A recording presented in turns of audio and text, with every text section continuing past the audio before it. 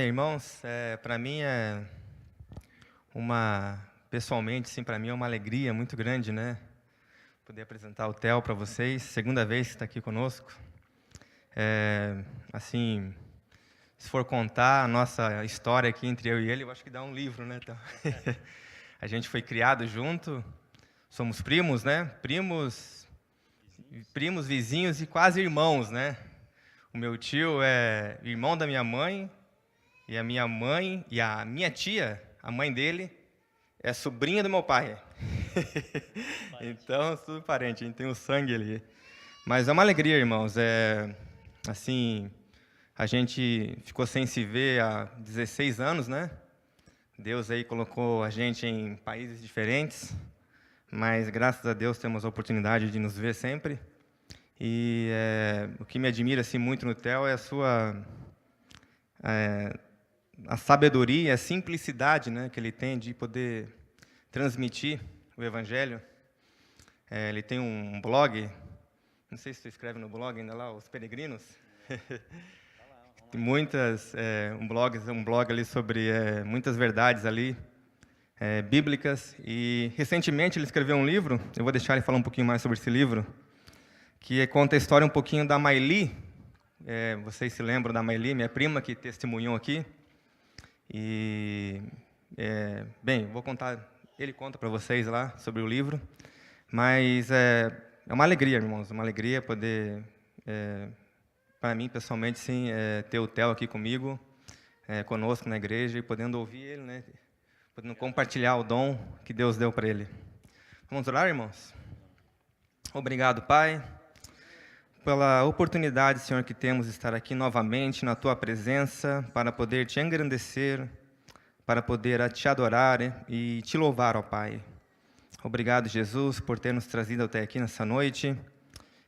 Oro, Senhor Deus, em favor do Teu Filho agora, nesse momento. Venha enchê-lo, ó Pai, com poder, com unção, com autoridade, Senhor Deus, para que Ele venha transmitir, Senhor, aquilo que Tu tens preparado para nós.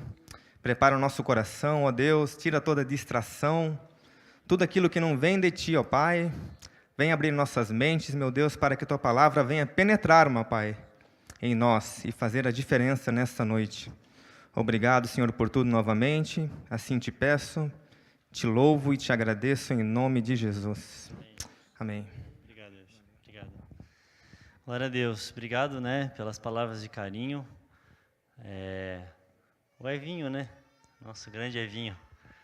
Amado, né? Ele é suspeito de falar, porque quando a gente ama, a gente sempre dá uma exagerada pro bom, né?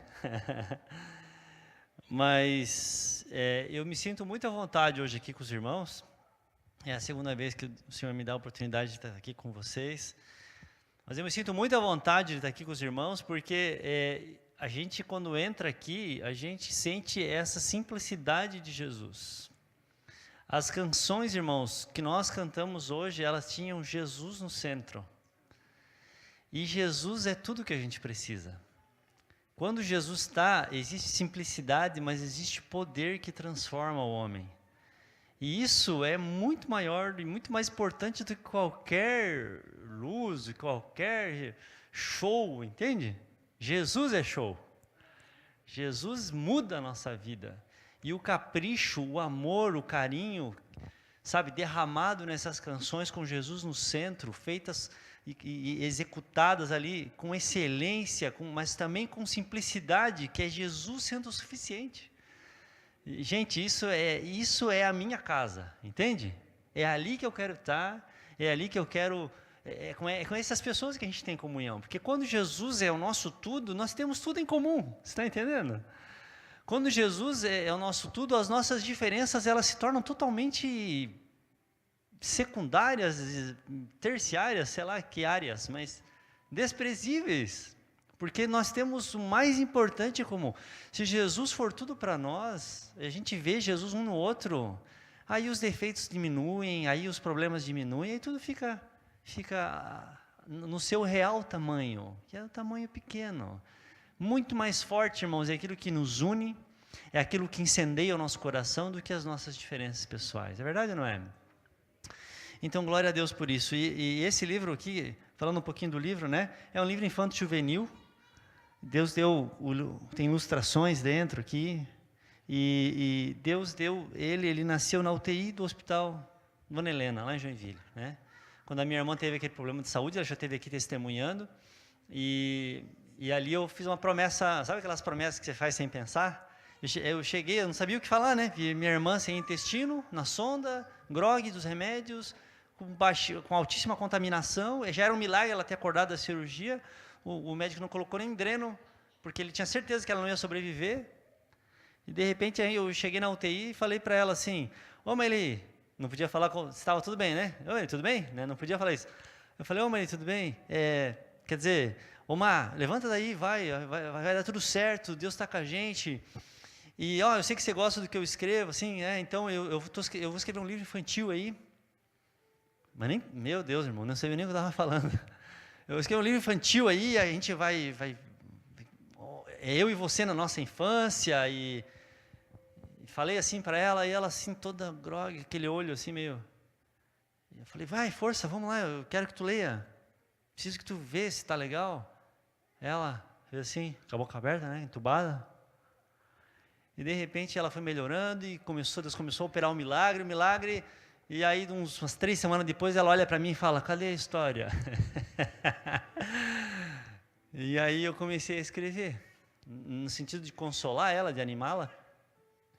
E de repente Deus começou a ministrar no meu coração, que aquilo ali era uma meio de evangelizar, era uma história, mas era uma alegoria que falava de Jesus, que falava que Jesus é tudo o que a gente precisa. E como eu fui ministrado ao ver minha irmã sem intestino, sofrendo, mas ao mesmo tempo glorificando a Jesus, dizendo que Jesus era suficiente, dizendo que Deus era mais glorificado na vida dela quando Jesus era mais, a completava, que Jesus era muito mais forte a presença dele do que a ausência de qualquer órgão no corpo dela. E ela usa ainda aquela bolsa de leucemia, né? E ela se recuperou, e tem se recuperado, e graças a Deus tem saúde, mas aquilo ministrou muito no meu coração. E eu comecei a escrever a historinha infantil, entre aspas, né? Porque ali tem uma mensagem que toca nos nossos corações, né? E aí depois de pronto o livro, não vou me estender muito, que o Senhor colocou outra coisa no meu coração para falar, também nesse sentido, mas o exemplo do livro. E aí a gente procurou o Hospital Infantil de Joinville e decidiu doar metade do valor de venda para o hospital. E o hospital no começo ficou até desconfiado, né?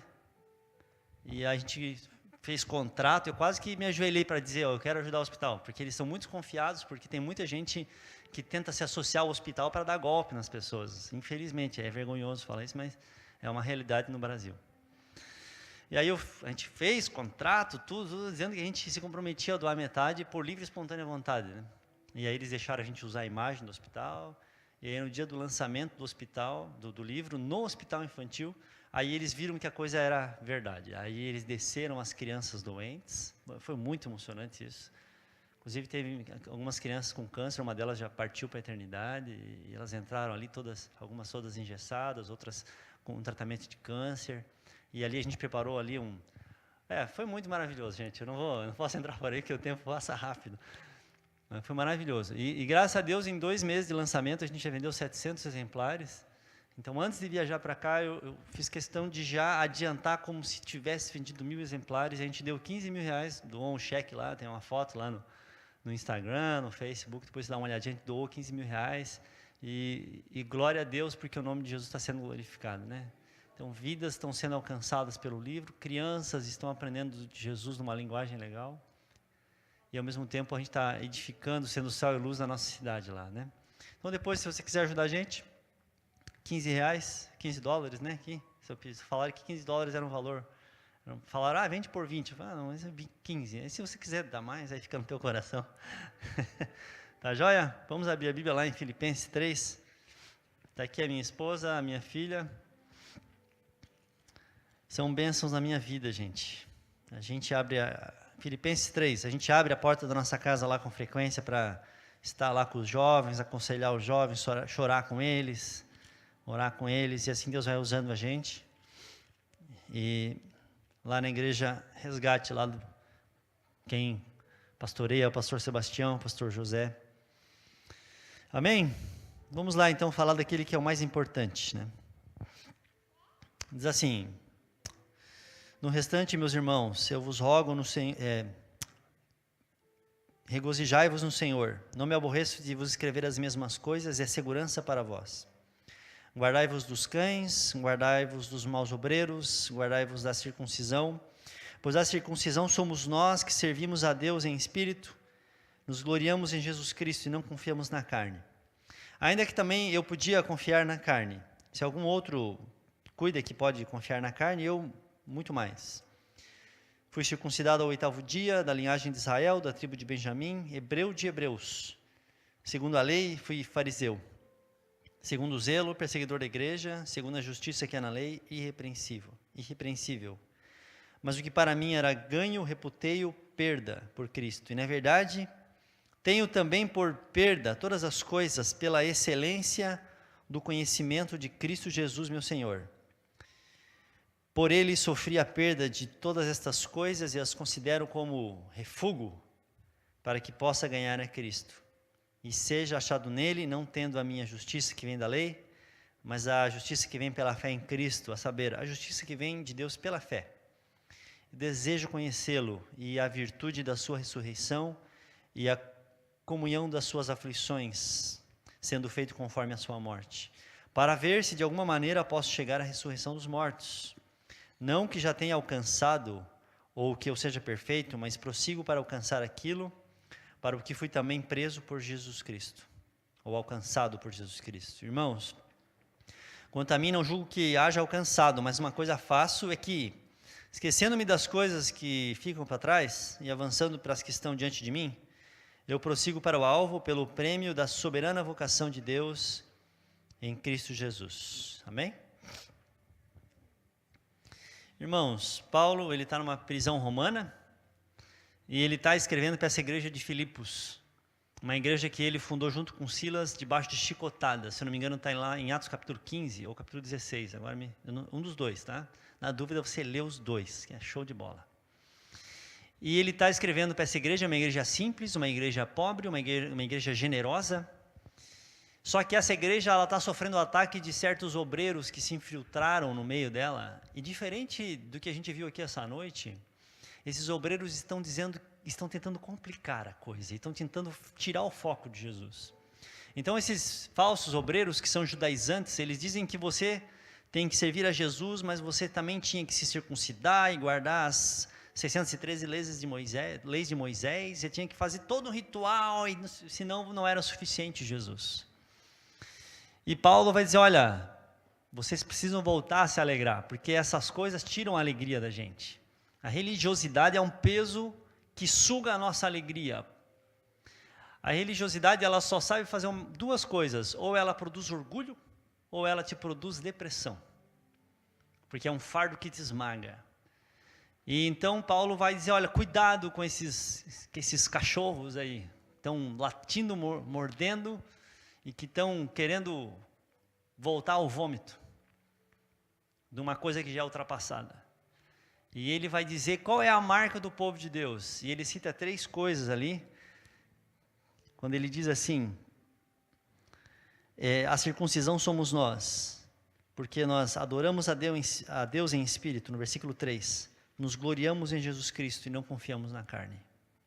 Então são 3 coisas. A palavra, muitas Bíblias traduzem, servimos a Deus no Espírito. Mas se você ler lá no grego, eu não sei ler grego, mas tem um programa de computador que me ajuda muito, tá? Se está em grego aqui, você vai falar, o cara fala grego. Não falo. Mas tem um programa chamado eSword, que ele traduz, e você consegue ver lá no original qual era a palavra. Então eu anotei no original, para mostrar capricho, né, pastor? E é latrios theos pneuma. Latrios fala de adoração, idolatria, adoração a ídolo. Então é adorar a Deus no Espírito. Quando você adora a Deus no Espírito, tudo mais é ajustado. É verdade ou não é? Às vezes você está ali, o problema é gigantesco diante de você, mas você chega lá e começa a adorar a Deus. E quando você começa a adorar a Deus, você começa a receber essa revelação pelo Espírito de quem é esse Deus que você serve. De quem é esse Deus que é seu Pai. De quem é esse Deus que cuida de você como a menina dos olhos dele? E aí, você não se preocupa mais com o que os outros estão pensando de você. É muito fácil você aparentar ser um adorador e não ter realidade aqui dentro. Era o problema dos judeus, daqueles judaizantes. Mas quando você adora a Deus em espírito, aquilo transborda. Você está entendendo? Você pode ter aparência e não ter realidade, mas se você tiver realidade, fica tranquilo. A árvore, sabe, ela sempre dá o fruto de acordo com a raiz que ela está ligada, de acordo com a seiva que passa dentro daquele ramo. E essa era a verdade que Paulo estava dizendo. Cuidado com esses que têm aparência, que exigem aparência. Porque o mais importante de tudo, irmãos, é quando você é adorador. Você pode começar a adorar a Deus no secreto do seu quarto, fechar a porta, como disse Jesus, e adorar a Deus, o Pai, lá em secreto, onde só Ele vê, mas daqui a pouco aquilo vai começar a transparecer. O cálice transborda, e quando o cálice transborda, o que está dentro é visto pelo lado de fora. Isso é vida com o Senhor. E aí ele continua dizendo, adoramos a Deus em espírito, e nos gloriamos, lá, versículo 3, e nos gloriamos em Jesus Cristo. Quando você, é como se fosse uma sequência, quando você adora a Deus em espírito, a sua glória se torna Jesus. Por isso que quando eu entro assim, no culto assim, eu vibro. Porque é onde Jesus é o centro e é a glória e recebe a glória, gente, ali há liberdade. Ali a cura, ali a paz entra e permanece, a paz que excede todo o entendimento. Então, quando você entende que a sua glória é Jesus, você lida com as coisas dessa vida, mas não é iludido pelas coisas dessa vida. Então, você lida com o trabalho, mas o trabalho não é a sua glória, por melhor sucedido que você seja. Sabe, os teus relacionamentos não são a tua glória. Os teus bens materiais não são a tua glória. Os teus diplomas não são a tua glória. As tuas qualidades não são a tua glória. Elas têm alguma coisa de glória, mas elas são só, sabe, reflexos pequenos de um pedacinho da glória. Porque todo dom perfeito desce do Pai das luzes, né? Mas essas coisas são iscas que devem nos fazer refletir, nos levar. Assim como a criação, a glória da criação, ela não é a glória, ela é só um reflexo caído da glória. Quando você olha para aquilo, você fala, meu Deus, mas alguém criou isso, é muita inteligência, né? Eu estive na NASA, semana passada ali, fui visitar a NASA. Poxa, os caras precisaram construir um foguete com 2 milhões de peças para fazer ele chegar lá e dar a volta na Lua, só dar um rolê na Lua, né? E eles tiveram que funcionar em sincronia, nenhum deles poderia falhar. Gente, já imaginou quanta coisa Deus, olha a sabedoria de Deus para fazer o mundo funcionar agora, para colocar a Lua lá.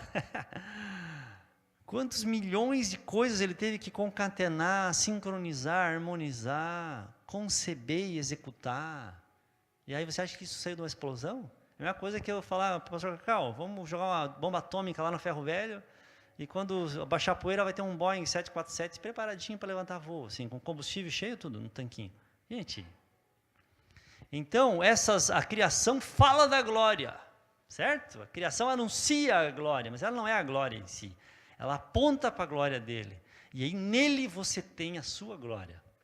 Você não se gloria em quem você é, na sua conta bancária, você não se gloria no seu patrimônio, você não se gloria nos seus títulos, você não se gloria na sua inteligência, você não se gloria em nada dessa terra. Porque a glória é uma pessoa.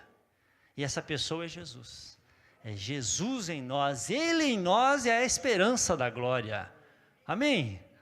Então você não se ilude, você não é iludido por falsas glórias. Você vai para a Bíblia porque você tem sede de glória. Você não vai lá para, sabe, mostrar que você sabe. Pá. Você vai para lá com sede de ver a glória. A glória de Deus é Cristo. Quem inspirou isso foi o Espírito. E a missão do Espírito é revelar Cristo. Então você pode ter certeza que Gênesis e Apocalipse você vai ver essa glória do Filho de Deus ali. Então essas coisas movem a gente. Nós cristãos, como já disse certo irmão, nós não somos aquelas pessoas que Tudo bem, o mundo está lá fora, tem tantas coisas maravilhosas, mas a gente está contente aqui com Jesus, então, assim, uma vida religiosa, o mundo olha para nós e fala, acho que os cristãos se contentam com pouco. Eles não entenderam isso daí. Nós não aceitamos nos contentar com ovo frito depois que comemos picanha. É verdade ou não é? Então, você olha e fala assim, tá, mas eu quero Jesus, Jesus é a minha glória, Jesus é a paz, Jesus é a alegria, Jesus é tudo para mim, Ele é o tesouro que eu tenho guardado em meu peito, Ele é tudo para mim. E aí você olha para a tentação e fala, a tentação também tem um pouquinho de apelo, mas eu não posso trocar isso aqui por isso aqui. Então você renuncia ao pecado, não porque você não gosta de prazer, mas porque você não quer perder a glória acima de toda comparação. Então isso é Jesus, irmãos. E nós nos gloriamos em Cristo Jesus. E consequentemente não confiamos na carne. É o final do versículo 3. Nós não confiamos na carne, porque a carne é a ilusão da glória. E aí Paulo começa a explicar para eles, olha, esses homens eles ficam se gloriando no currículo deles. Mas se fosse para entrar nesse ringue, eu nocauteava esses caras.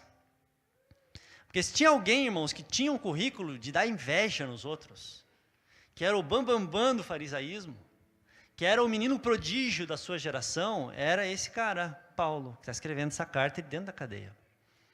Ele começa a citar algumas coisas. Ele fala, gente, não vamos entrar por aí, porque se eu fosse entrar, ele dá só um lampejo. Paulo, sempre que ele vai falar dele, ele vai assim, se humilhar para exaltar Jesus. Isso que eu gosto de Paulo, né? Ele não fica se garganteando e mostrando que ele é o bicho papão. Então ele chega e fala, olha, eu tinha muito, olha meu currículo aqui, meu currículo mortis, né? Quando ele era morto em espírito, não era um currículo vitae. Ele falava assim, meu currículo, olha, eu fui circuncidado ao 8º dia, eu não sou judeu porque minha mãe era judia e meu pai era grego, como foi o caso de Timóteo, como era o caso de muitos naquelas regiões lá de Filipos. Não, eu fui hebreu de hebreus. Meu pai era hebreu, minha mãe era hebreu. Se tem alguém com sangue hebreu, sou eu, se isso é motivo de orgulho. Eu fui circuncidado ao 8º dia. Eu fui hebreu de hebreus. Depois eu vou te dar umas referências aqui. Ele vai falar um pouquinho de quem era ele. Ele fala assim, em Atos 23:6. Eu fui fariseu e filho de fariseus. Pensa, ele não era a primeira geração. Então, antes do pai dele nascer, o pai dele tocou na barriga da mãe dele e falou, fariseuzinho, esse vai ser o fariseu. Você está entendendo? O pai dele já era fariseu, esse aqui vai ser mais fariseu que eu. Então, Paulo foi desenhado para ser o fariseu. O pai dele investiu pesado, mandou ele de Tarsis para Jerusalém, matriculou ele ali na escola particular mais cara que em Harvard, aos pés de Gamaliel, que era o mestre. Quando Gamaliel falava, todo mundo baixava a orelha. E Paulo foi ali, educado aos pés desse mestre do judaísmo. Ele fala lá, em Atos 26, ele fala assim, segundo a lei, eu fui fariseu. Gente, fariseu era a lei mais severa, mais perfeccionista. Ele continua dizendo, em Atos 22, ele diz assim, criado e instruído aos pés de Gamaliel em Jerusalém, conforme a precisão da lei dos nossos pais, e eu era zeloso. E ele diz ainda, no mesmo capítulo 22, versículo 5 de Atos, segundo o zelo, fui perseguidor da igreja. Entende, irmãos? Então ele não era só fariseu, ele era filho de fariseu, ele era o menino, em outra passagem ele diz, eu me destacava em muitos da minha geração. Então ele era o melhor aluno da sala, ele era aquele que o professor dizia, sejam como esse cara aqui. Ele era o gênio da coisa, ele era um cara poliglota, instruído, acadêmico, ele era um cara zeloso, ele era um cara glorioso. E não só em conhecimento, em atitude. Ele tinha zelo em purificar, em melhorar aquilo. E aí quando surgiu aquela seita chamada O Caminho, que eram os primeiros cristãos, Paulo disse, não, esses caras estão desprezando a lei de Moisés, vamos condená-los, deixa que eu mesmo vou pessoalmente, vou torturá-los, vou persegui-los, vou esmagá-los. E o próprio sumo sacerdote, mesmo sendo Paulo tão novo, disse, está aqui carta branca, meu jovem, faz o que tu quiser, porque tu é poderoso. E aí Paulo estava indo a caminho de Damasco, todo peito estufado, ele era aquele que os velhos olhavam e diziam, aí está o nosso futuro. Mas algumas décadas se passaram. E agora, esse jovem de grande futuro não é mais jovem. Ele está no fundo de uma prisão, ele é magro porque a comida é horrível, as condições de higiene são as piores, são bárbaras. E quando você olha para o rosto desse homem, se você pudesse olhar, você veria um homem horrível. Era um homem machucado. Você já imaginou a aparência de um homem que uma multidão de homens se juntaram para apedrejar até a morte? E só pararam de atirar pedras quando tinham certeza que ele estava morto. Já parou para pensar isso? Qual era a aparência? Será que esse homem tinha dente na boca? E de repente, a Bíblia diz que os discípulos chegaram perto daquele corpo destruído pelas pedras e Paulo levantou.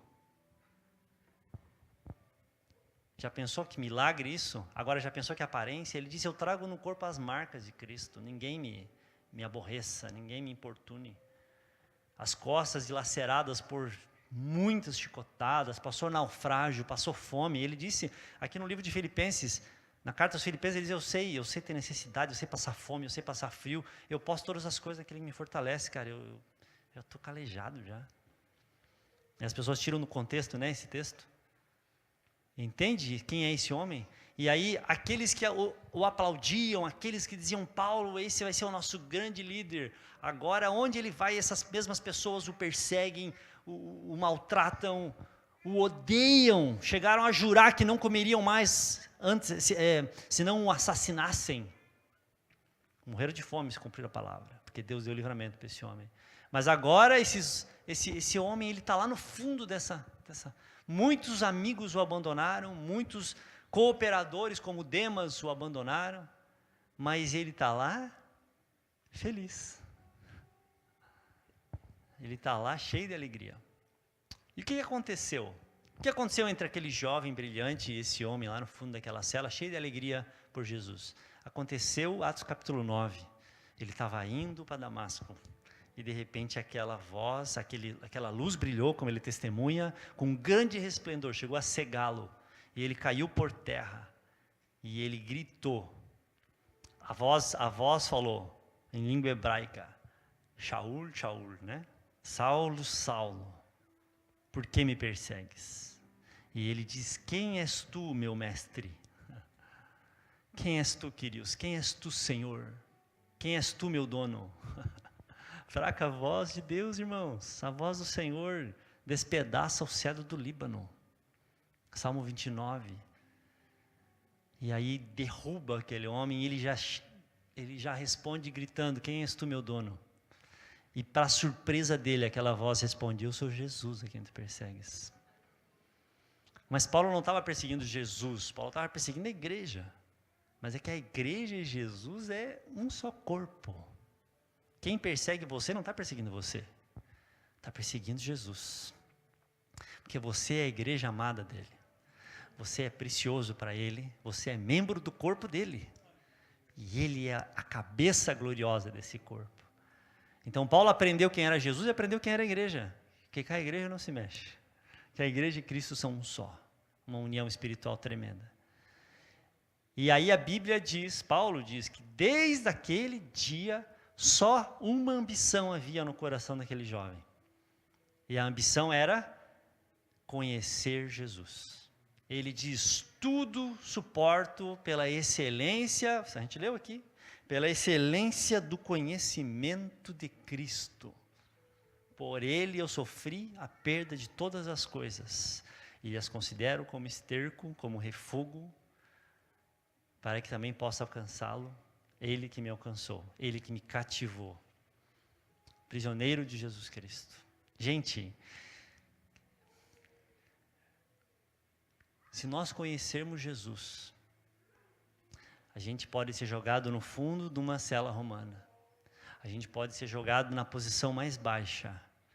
A gente pode sofrer pedradas, a gente pode sofrer chicotadas. E às vezes a língua das pessoas são chicotes nas nossas costas. Mas você tudo suporta. E você não sente mais saudade de quem você era longe de Jesus. Você não se exalta, não olha para o seu passado sem Jesus, sente saudade. De maneira nenhuma. Ele diz, eu Eu desprezo aquilo.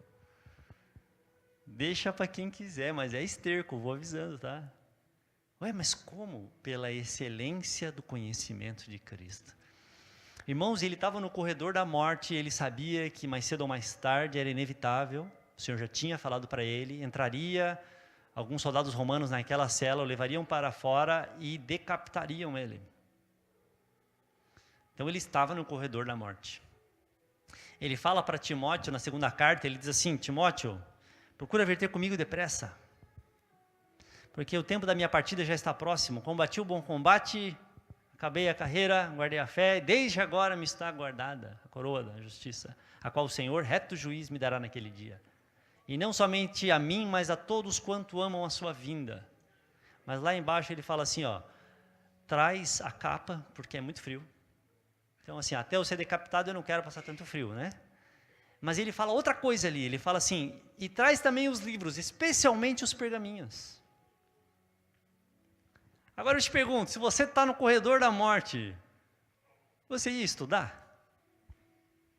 Você ia estudar? Vocês me disseram, bom, se a minha cabeça vai rolar, para que eu vou encher? Vou ocupar ela com mais conhecimento? Para quê? Vai servir para quê? Mas é que esses pergaminhos, que eram os pergaminhos dos profetas, dos salmos, não era uma questão para Paulo de conhecimento intelectual. Era uma questão de revelação, de conhecimento de quem é Jesus. E isso a gente leva para a vida eterna. Porque isso tem reflexo eterno. A gente não estuda a palavra de Deus para chegar aqui e querer, sabe, impressionar ninguém. Aliás, irmãos, faz mais ou menos uns 17 anos que eu realmente conheci Jesus. E faz uns 8 anos que eu comecei a ministrar. Então, assim, se eu ficar quieto, eu também estou bem. Está entendendo? Eu achava que eu nunca ia pregar. Por quê? Porque eu não consigo gritar. Se eu der 2 gritos, que eu fico rouco. Entende? Então eu pensava assim, não é para mim isso daí. Né, na cultura onde eu vim, você tinha que ter uma voz de, meu Deus, metaleiro, né? Entende? Então eu olhava assim, não é para mim. Mas, sabe, quando você começa a olhar para a Bíblia, aquilo começa a transformar a luz que você vê na face de Cristo, e quando o Espírito vai mostrando como Ele é, como Ele responde, como Ele ama, como Ele abraça, como Ele perdoa. Sabe, é uma luz assim que entra na escuridão de quem tu é e te transforma. Ela não só mostra que tu está longe, que tu é podre, que tu é fraca. Ela não só te constrange quando ela mostra a glória dele e a tua pequenez. Mas ela é uma luz, eu até brinco, às vezes com os jovens, falo que é uma luz igual a luz de raio laser. Que onde ela bate, ela vai esculpindo. E ela vai nos esculpindo para ser mais parecidos com Ele. E isso a gente leva para toda a eternidade. Então Paulo fala, olha, eu quero conhecer mais esse Jesus enquanto eu respirar, enquanto não separarem a minha cabeça do corpo, eu quero mais de Jesus. Eu já sofri a perda de todas as coisas pela excelência do conhecimento dEle, e eu estou disposto a sofrer o que for mais preciso. Aquilo que eu achei que era bom, aquilo que eu achei que poderia me exaltar, tudo aquilo era ilusão. Não se iludam, Paulo está falando. Não se iluda com coisas que parece que vai te dar segurança, que vai te acrescentar muitas coisas, porque às vezes essas coisas mais atrapalham do que ajudam. Eu lembro de alguns anos atrás, nós nos reunimos com os jovens lá da Resgate, lá da igreja onde congregamos no Brasil, e aí alguém teve a brilhante ideia de nós escalar uma montanha. E eram 6 horas de subida. Pensa, olha para os programas de índio, cara? Como é que pode, Nossas ideias assim. Mas a gente é jovem, faz umas coisas, pastor? Aí eu falei, beleza, estamos juntos. Mas eu nunca tinha subido. Nunca tinha... Não posso falar programa de índio, Não posso, um programa errado, irmãos. Me perdoem. Então a gente foi lá subir, e eu nunca tinha subido uma montanha. Eu e mais uns 20 comigo, nunca tinha subido uma montanha. E nós íamos subir, virar à noite e descer no outro dia. Só um de nós tinha ido, que ia ser o nosso guia, Tinha que ter pelo menos um que conseguisse levar nós lá dentro e, fazer nós descer depois com vida, E aí nós muito empolgados naquela semana e nos falando, e quem vai levar o quê? Quem vai levar a barraca? Não, porque eu vou levar sei o quê. Daí eu fui em umas lojas dessas que tem de trekking, né? E fui lá, o que dá, pá, e tal, totalmente sem noção, totalmente sem noção. E aí falaram, alguém precisa levar um fogareiro, para nós fazer um fogo lá em cima. Aí alguém falou, olha, sabe, as brilhantes ideias, né, de quem não sabe o que está falando. Sabe o que a gente podia fazer? A gente podia levar conserva, alimento em conserva lá. Porque a gente abre lá dentro, vai estar, lá em cima vai estar fresquinho. E aí colocaram na minha mochila, não sei até hoje, foi o inimigo que colocou na minha mochila, uma conserva desse tamanho assim, ó, de salsicha. Aquilo, no pé da montanha, pesava 1 litro, no pé da montanha. Porque depois de 1h30 de subida, aquilo pesava uns 35 quilos nas minhas costas. Aquilo lá. E nós começamos a subir a montanha. E aí, foi engraçado porque nós começamos a subir 5 da manhã, chegamos lá 3 da tarde, para você ter uma ideia. E aí falavam para mim assim, tem muito barro lá, a galera escorrega, não sei o que e tal. Aí o cara que já era experiente falou, eu quero só ver essa molecada caindo lá no barro. E eu pensei comigo, tu quer rir de mim? Então peraí. Fui lá, coloquei uma chuteira, irmão, para subir no barro. Então metade da subida foi uma benção, mas da metade para cima não era mais barro, era pedra. Você imagina eu com a mochila, com aquela chuteira, com aquela pedra molhada. Eu cheguei lá com a mão toda estourada, porque eu me agarrava num pedaço de cepo que eu encontrei pelo caminho, para tentar não cair tanto. Então foi o inferno na terra, irmãos. Purgatório não existe, existisse era aquela montanha. E aí a gente estava lá subindo e tal. E eu lembro que no pé da montanha, antes da nossa subida, às 5 da manhã, todos nós nos reunimos assim e tiramos uma foto dos grandes aventureiros. Todo mundo empinou o peito, assim, com aquela mochila pesada nas costas. E tipo, sabe? Aquele orgulho. Nós estamos plenamente preparados para subir essa montanha. Nada nos falta. Nós somos aventureiros de dar inveja, né? E começamos a subir. 1 hora depois eu já estava procurando onde é que eu ia jogar fora minha mochila para tentar achar na descida. Você está entendendo? Porque começou a me machucar, começou a me sugar minha energia. Não é engraçado como às vezes a gente traz na vida coisas que a gente acha que são coisas muito indispensáveis para nós, como são qualidades, como são conceitos. Muitas vezes que o mundo, o diabo, o pecado vai colocando nas nossas costas, a gente olha para aquelas mochilas e fala, nossa, realmente eu estou muito bem espiritualmente, pastor. Olha, realmente agora eu já alcancei um nível, que eu tenho uma grande bagagem. E você se ilude com aquilo, achando que aquilo ali vai fazer com que tu alcance o topo. Paulo fala assim, olha, eu estou numa soberana vocação em Cristo Jesus.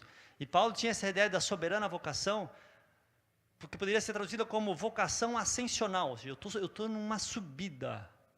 Deus está me chamando para ir mais para cima. Essa seria o sentido. E aí Paulo fala, eu estou numa soberana vocação. Então, tem coisas que eu estou deixando para trás. Tem coisas que eu achei que eram muito importantes, era o meu currículo, era o meu judaísmo, era o meu orgulho, era aquilo que fazia as pessoas sentirem até desejo de ser eu. Era a minha carga intelectual, era carne, confiança na carne. Eu estava plenamente confiando naquela grande mochila que eu tinha. Eu pensava assim, com essa mochila aqui eu vou até o Everest, né? E aí a gente começa a caminhar com Jesus, a gente descobre que aquilo que os outros acham que é de muito valor, a gente não vai nos impedir de chegar lá. São falsas coisas que a gente tem na vida. Meu conforto é meu conforto. Mas conforto demais faz você deixar de renunciar por amor a Cristo. E aquele conforto demais vai pesando na sua vida. E você fala, não vou mais. Não vou mais. Eu vou parar por aqui. E aquilo que era uma bênção, a princípio, daqui a pouco vira um fardo. Não, porque eu tenho um nome a zelar, eu tenho uma reputação. E aquela reputação ali demais, ela se torna um orgulho. E faz você deixar de perdoar. Faz você deixar de amar. Porque você não vai se dobrar. Você está entendendo? Como é um engano? E a menos que você abandone aquilo, que até pode ter o seu valor, mas aquilo ali, comparado com a vocação que Deus tem na tua vida, com o chamado dele na tua vida, aquilo ali é um engano fatal. É um engano fatal. Então Paulo fala assim, ó, moçada, joga fora essa mochila aí. Eu joguei fora aquilo que era lucro, aquilo que era ganho, eu reputei como se fosse lixo, por amor a Cristo, para que eu possa subir e alcançar aquilo para o qual Ele me alcançou. Então Paulo abandona, ele não quer mais chegar lá onde Deus está, na comunhão perfeita com o Senhor, ele não quer mais chegar lá na glória, subindo a escada da lei, porque a escada da lei ela já foi roída pelo cupim do pecado, você está entendendo? Ele entende assim, ó, é pela graça, eu preciso me aliviar das coisas. Não faz mais prejuízo o que a gente tem e não deveria ter do que aquilo que a gente não tem. Você está entendendo? Porque aquilo que você não tem, Deus provê. O difícil é você abandonar aquilo que você já traz. Aquilo que você já traz da sua casa, aquilo que você já traz do seu pecado, aquilo que você já traz da sua criação. Você está entendendo? A grande obra de Deus na vida de Moisés foi resetar o Moisés egípcio, cheio de orgulho, cheio de conhecimento. O historiador Flávio Joséfo, e também em Atos capítulo 7, Estevão fala, ele era um homem poderoso em palavras, em obras, mas segundo o Egito, cheio do conhecimento do Egito. E aí Deus leva aquele homem, porque aquele homem sem Deus e só com a sua bagagem, o que ele produziu? Morte. Ele saiu dizendo, agora Deus vai me usar para ajudar o meu povo. O que ele fez? Morte. Mentira, escondeu coisa. Mas Deus fala, eu vou dar um jeito nesse Moisés. E Deus leva ele para o deserto 40 anos e começa a esvaziar a mochila do Moisés. E vai esvaziando aquela mochila de sabedoria, de autoconfiança, de força no seu próprio braço. Ele era um homem importante, irmãos. Ele chegou naquele poço lá e botou todo mundo para correr. Esse era o Moisés. Deixa que eu resolvo. Mas Deus vai tirando dele. Depois de 40 anos se esvaziando, Deus olha e fala, agora você está do jeito que eu queria. Agora você está bem quebradinho. A Bíblia diz lá em João 3 que o vento sopra onde quer, ouves a sua voz, mas não sabe de onde vem nem para onde vai. Assim é todo aquele que é nascido do Espírito. Ele está falando de mim e de você, sabia? Então o vento do Espírito sopra, mas você não vai aonde ele quer. Por quê? Porque você está muito pesado, né? Aí Deus tem que mandar um tornado na sua vida, para arrebentar com tudo, para conseguir mover você. Por quê? Porque você está cheio de você mesmo, você está muito pesado. Então Deus foi tirando a mochilinha de Moisés. Quando Deus apareceu naquela sarça ardente e falou, agora tu vai, agora tu está bom. Ele falou, não, agora eu não, Senhor. Quem sou eu? Não, eu não sei nem falar. Eu só me comunico com as minhas ovelhas. Eu não sei nem falar. Ah, agora Moisés, você está bom. Coloca a mão no peito. Ele coloca a mão no peito. Agora tira dele, olha, a mão bem perto do coração, né? Quando ele tira a mão está podre. É Deus falando, ó, fica esperto, no seu coração só tem lepra, mas você vai, com a minha mão, livrar o povo. Entende como é que é? Então Deus precisa desmontar a gente, Deus precisa aliviar a gente precisa jogar fora as cargas, senão o barco afunda, não é?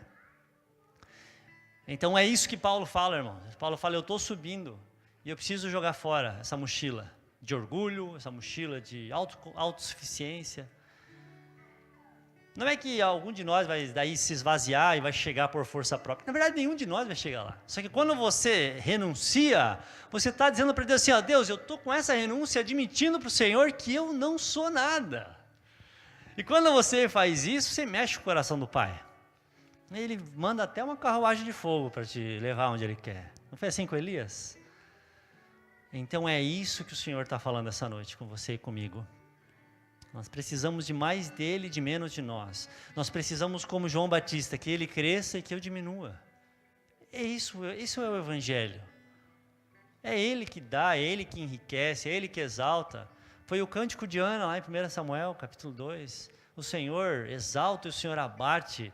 Ele faz descer a sepultura e faz, se for o caso, ressuscitar de lá. É Ele que faz o pobre se centrar, tira o pobre do meio do lixo e faz o pobre se sentar entre os príncipes do seu povo. Ah, irmão, se não fosse a graça do Senhor. Vocês são geração eleita, sacerdócio real. E Deus me fez sentar hoje no meio de vocês. E isso é graça de Deus. É graça do Senhor eu estar aqui.